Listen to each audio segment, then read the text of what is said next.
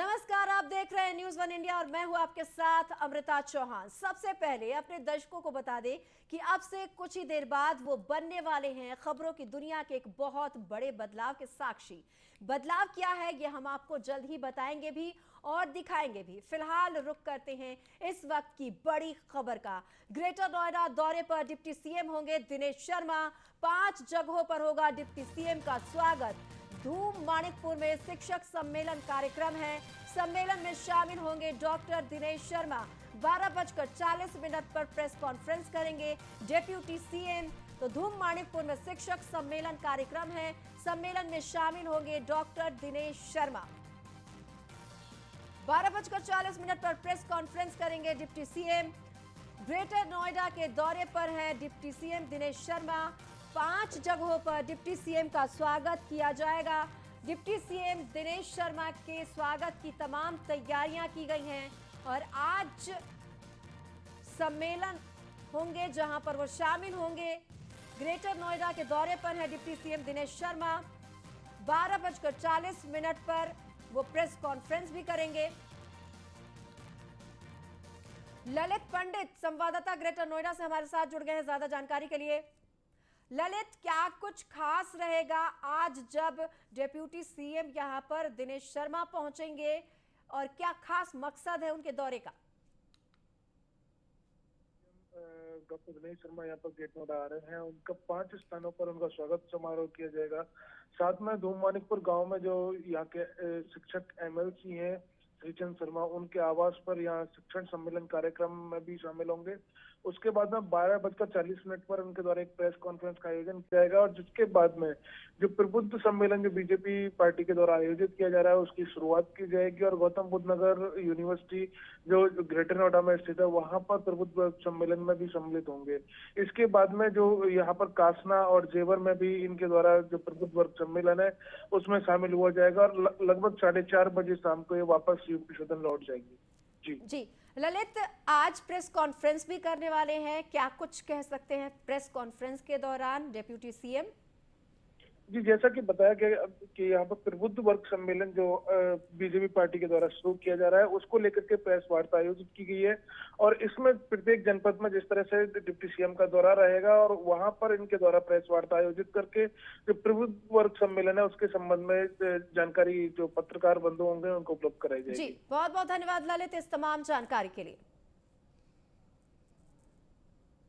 बढ़ते आगे, प्रयागराज में लॉ यूनिवर्सिटी का नाम बदला गया है। डॉक्टर राजेंद्र प्रसाद के नाम पर होगा यूनिवर्सिटी।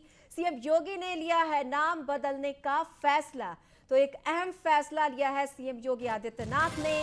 प्रयागराज लॉ यूनिवर्सिटी का नाम बदला गया है। डॉक्टर राजेंद्र प्रसाद के नाम पर यूनिवर्सिटी का नाम होगा। सीएम योगी आदित्यनाथ ने नाम बदलने का फैसला लिया है। तो ये एक अहम फैसला माना जा रहा है।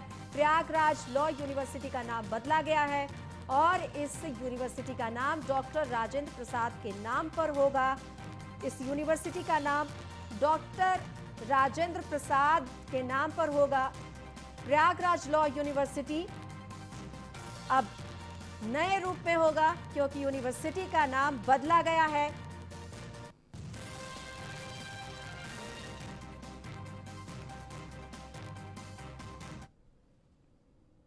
खबर लखनऊ से, कांग्रेस में शामिल हुई हैं रितु सिंह। लखीमपुर से थी सपा की ब्लॉक प्रमुख उम्मीदवार। पंचायत चुनाव में हिंसा की शिकार हुई थी रितु सिंह।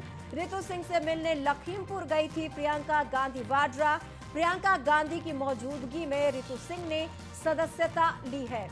तो रितु सिंह से मिलने लखीमपुर गई थी प्रियंका गांधी वाड्रा और प्रियंका गांधी की मौजूदगी में ही रितु सिंह ने कांग्रेस की सदस्यता ग्रहण किया है।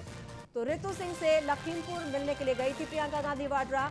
आपको बता दें कि पंचायत चुनाव में हिंसा की शिकार हुई थी रितु सिंह और अब रितु सिंह कांग्रेस में शामिल हो गई हैं। औपचारिक तौर पर लखीमपुर से थी सपा की ब्लॉक प्रमुख उम्मीदवार। पंचायत चुनाव में ही हिंसा की शिकार हुई थी रितु सिंह और अब रितु सिंह ने कांग्रेस का दामन थाम लिया है, कांग्रेस से हाथ मिला लिया है। लखीमपुर मिलने के लिए प्रियंका गांधी वाड्रा रितु सिंह से मिलने गई थी और प्रियंका गांधी की मौजूदगी में ही रितु सिंह ने कांग्रेस की सदस्यता ग्रहण कर ली है। तो अब कांग्रेस में शामिल हो गई है रितु सिंह। आपको बता दें कि रितु सिंह पर हमला हुआ था, हिंसा की शिकार हुई थी और ये वही रितु सिंह है जो लखीमपुर खीरी में इन्होंने सदस्यता ग्रहण की है। कांग्रेस की सपा की ब्लॉक प्रमुख थी, ये वही रितु सिंह हैं, सपा की ब्लॉक प्रमुख थी और अब वो कांग्रेस के साथ है।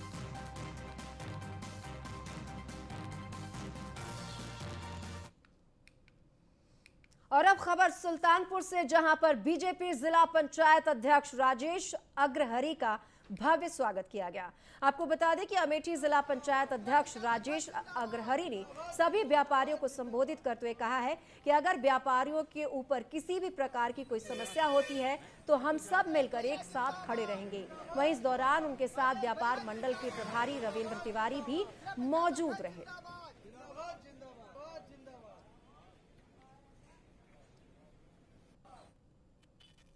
कार्यक्रम रखे गए हैं जो जागरूकता और संगठन की दृष्टि से बड़े महत्वपूर्ण हैं। उसी परिप्रेक्ष्य में हम और भाई रविंद्र तिवारी जी सूरापुर की ओर जा रहे हैं। यहाँ हमारे व्यापारी साथियों ने रोका और रोककर हम लोगों का स्वागत सत्कार किया।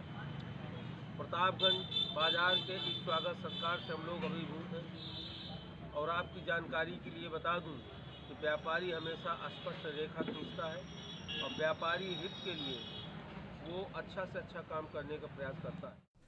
और इस वक्त की बड़ी खबर फिरोजाबाद से, तो फिरोजाबाद से बड़ी खबर आ रही है। वायरल बुखार से जुड़ी हुई 24 घंटे में 7 लोगों की मौत हो गई है। जिले में अब तक बुखार से 112 लोगों ने जान गंवा दी है। तो अब तक की बड़ी खबर, वायरल बुखार से लगातार मौत का सिलसिला जारी है। जिले में अब तक बुखार से 112 लोगों की जान जा चुकी है। लगातार प्रदेश सरकार की तरफ से स्वास्थ्य सुविधाओं को लेकर तमाम निर्देश दिए जा रहे हैं कि किस तरह से साफ सफाई का ध्यान रखना है, छिड़काव करना है और मच्छरदानी लगाकर सोना है। तो ये तमाम निर्देश दिए गए हैं और वही स्वास्थ्य महकमे को भी निर्देश दिए गए हैं कि कोई भी कोताही न बरती जाए। उसके बावजूद भी वायरल बुखार का कहर देखने को मिल रहा है। 24 घंटे में 7 लोगों की मौत हो चुकी है और अब तक बुखार से 112 लोगों की जान जा चुकी है। तो फिरोजाबाद से इस वक्त की सबसे बड़ी खबर है, वायरल बुखार से जुड़ी हुई बड़ी खबर। 24 घंटे में 7 लोगों की जान जा चुकी है वायरल बुखार की वजह से। हालांकि प्रशासन की तरफ से तमाम तैयारियां की जा रही हैं इस वायरल बुखार पर काबू पाने के लिए। लोगों को उचित इलाज दिया जा रहा है, लोगों को अस्पताल में भर्ती किया जा रहा है। खुद उत्तर प्रदेश के मुख्यमंत्री योगी आदित्यनाथ ने यहां का दौरा किया था, बच्चों से मुलाकात की थी और जो स्वास्थ्य विभाग, जो स्वास्थ्य महकमे के अधिकारी हैं, उन लोगों से मुलाकात कर उन्होंने दिशा निर्देश दिए थे कि क्या कुछ तमाम तैयारियां की जाएं, लोगों को जो यहां स्वास्थ्य लाभ लेने के लिए पहुंचते हैं उसमें कोई कोताही न बरती जाए। फिलहाल वक्त हुआ एक छोटे से ब्रेक का, लेकिन ब्रेक पर जाने से पहले आपको बता दें अब से कुछ देर बाद से बदलने वाला है आपका अपना पसंदीदा चैनल न्यूज़ वन इंडिया। दोपहर 12 बजे से नए तेवर और बिल्कुल नए कलेवर में न्यूज़ वन इंडिया को रिलॉन्च करेंगे देश के बुनियादी ढांचे का कायाकल्प करने वाले केंद्रीय मंत्री नितिन गडकरी। दोपहर 12:45 पर आप भी बनिए हमारे इस बदलाव के साक्षी, जुड़े रहिए हमारे साथ और देखते रहिए न्यूज़ वन इंडिया, खबर भी असर भी। आपको खबर बताने से पहले बता दें कि अब से कुछ ही देर बाद से आपका चैनल बदलने वाला है। आपका अपना पसंदीदा news channel news one India जो बिल्कुल नए कलेवर में होगा। न्यूज़ वन इंडिया को रिलॉन्च करेंगे देश के बुनियादी ढांचे का कायाकल्प करने वाले केंद्रीय मंत्री नितिन गडकरी। दोपहर 12:45 पर आप भी बनिए हमारे इस बदलाव के साक्षी, जुड़े रहिए हमारे साथ और देखते रहिए न्यूज़ वन इंडिया, खबर भी असर भी। और अब बढ़ते हैं आगे, खबर आपके सरोकार से जुड़ी हुई है। खबर लखनऊ से है। राज्य सरकार ने जारी किया है लेखा जोखा। तो कामकाज का लेखा जोखा, गन्ना के किसानों के बकाये के दावे पर लेखा जोखा जारी किया है। 2020-21 पेराई सत्र में 120 चीनी मिलें चली हैं। तो 1028 लाख टन गन्ना राज्य सरकार ने खरीदा है। कुल 33,025 करोड़ कीमती कीमत का गन्ना खरीदा गया है। तो राज्य सरकार ने किसानों के सरोकार से जुड़ी हुई जो खबर है वो हम आपको दिखा रहे हैं। दरअसल गन्ना किसानों के बकाये की भी जानकारी दी गई है, कितना गन्ना खरीदा गया है और कितने गन्ने को बेचा गया है। राज्य सरकार ने 1028 लाख टन गन्ना राज्य सरकार ने खरीदा है और इसी का लेखा जोखा जारी किया गया है। राज्य सरकार की तरफ से गन्ना किसानों के बकाये के दावे पर लेखा जोखा जारी किया गया है। 2020 से 2021 के पेराई सत्र में 120 चीनी मिलें चली हैं। 1028 लाख टन गन्ना राज्य सरकार ने खरीदा है। कुल 33,025 करोड़ कीमत का गन्ना खरीदा गया है। इनमें से 27,465 करोड़ का भुगतान हो गया है।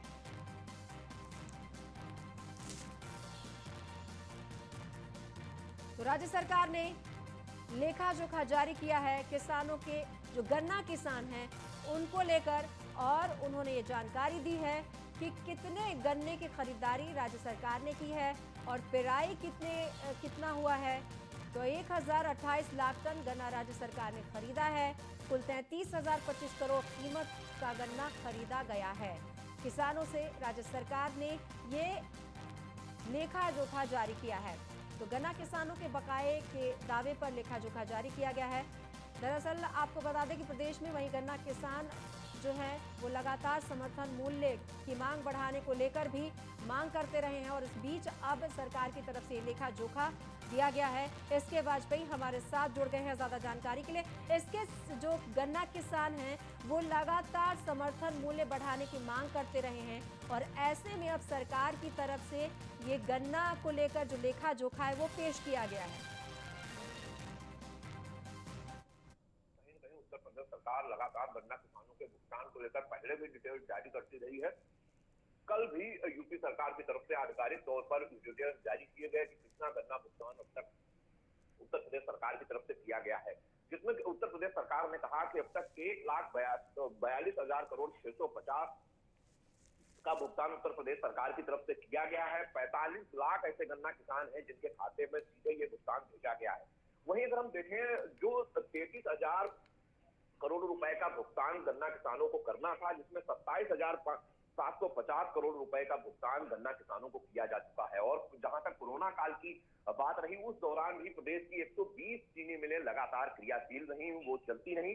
तो कहीं ना कहीं उत्तर प्रदेश सरकार ने ये बताने की कोशिश की है कि गन्ना किसानों के हित में उत्तर प्रदेश सरकार ने चीनी मिलें बंद नहीं की, लगातार उनको पेराई सत्र के दौरान चलाया गया। जो भुगतान होना था किसानों का वो भुगतान भी लगातार उत्तर प्रदेश सरकार की तरफ से किया गया। जो पूर्व सरकारों का बकाया भुगतान था वो भी उत्तर प्रदेश सरकार ने किया। तो कहीं ना कहीं गन्ना किसानों को ये हम कहें कि यकीन दिलाने की कोशिश उत्तर प्रदेश सरकार की तरफ से है कि जो भी उनका बकाया है वो भी दिया जाएगा। और जहां तक समर्थन मूल्य का सवाल है, कहीं ना कहीं जिस पर गन्ना मंत्री का भी बयान आ चुका है कि वो सरकार लगातार इस पर विचार कर रही है। जी, इसके इस तमाम जानकारी के लिए आपका बहुत बहुत धन्यवाद। और अब बढ़ते हैं आगे। आरएलडी के राष्ट्रीय अध्यक्ष जयंत चौधरी पर इस चुनाव में बड़ी जिम्मेदारी होगी। जो आगामी विधानसभा चुनाव है उसको लेकर आरएलडी ने 31 अक्टूबर को सरदार पटेल की जयंती पर अपना घोषणा पत्र जारी करेगी। अपने घोषणा पत्र को रालोद ने लोक संकल्प 2022 का नाम दिया है। देखिए हमारी ये खास रिपोर्ट।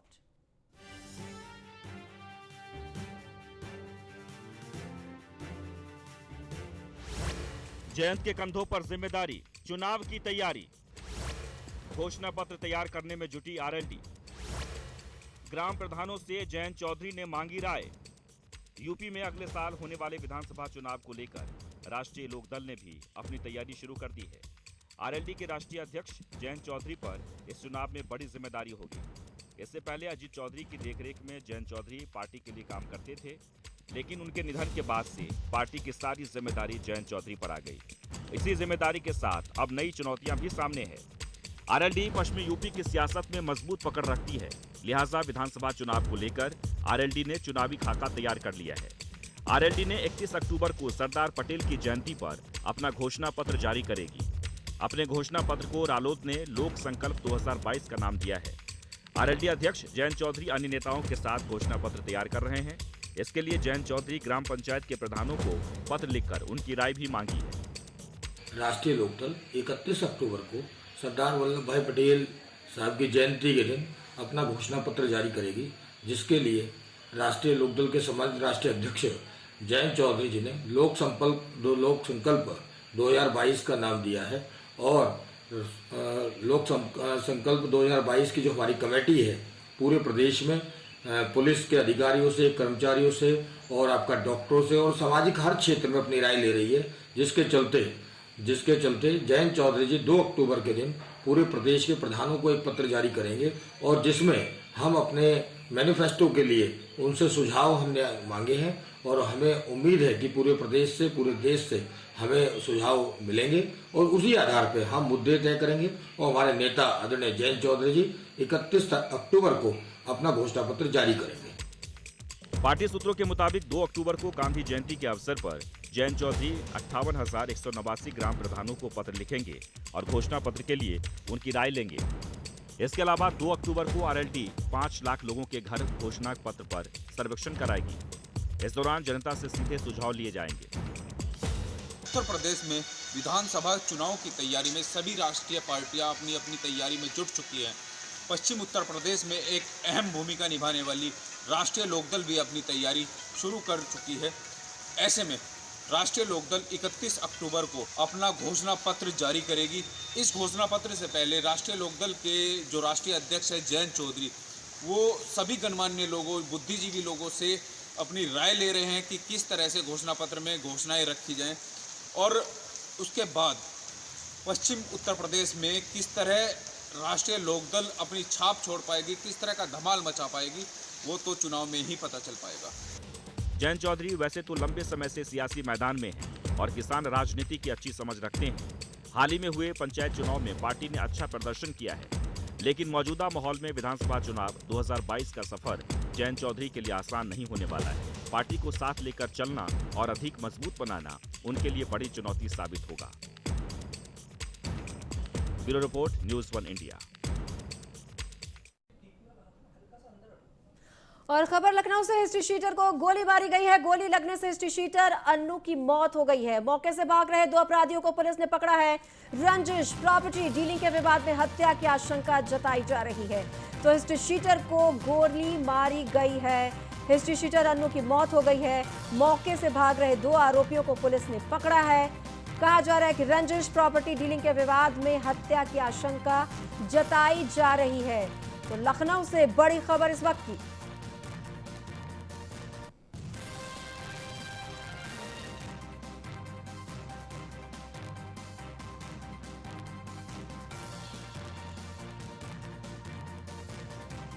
अन्नू उर्फ अनवर, जो चौपटिया सादतगंज के रहने वाले थे, यहाँ वाजपेयी मिष्ठान भंडार के पास कुछ खाने पीने आए थे, किसी काम से आए थे। लगभग 8 बजे के आसपास इनका किन्हीं व्यक्तियों के साथ विवाद हुआ है। उन्हें प्रथम दृष्टया उन्हें गंभीर घाव दिखाई दे रहा है। उनका ट्रॉमा सेंटर भेजा गया है। मौके से 3 व्यक्तियों को हिरासत में लिया गया है और उनसे पूछताछ की जा रही है। अन्नू उर्फ अनवर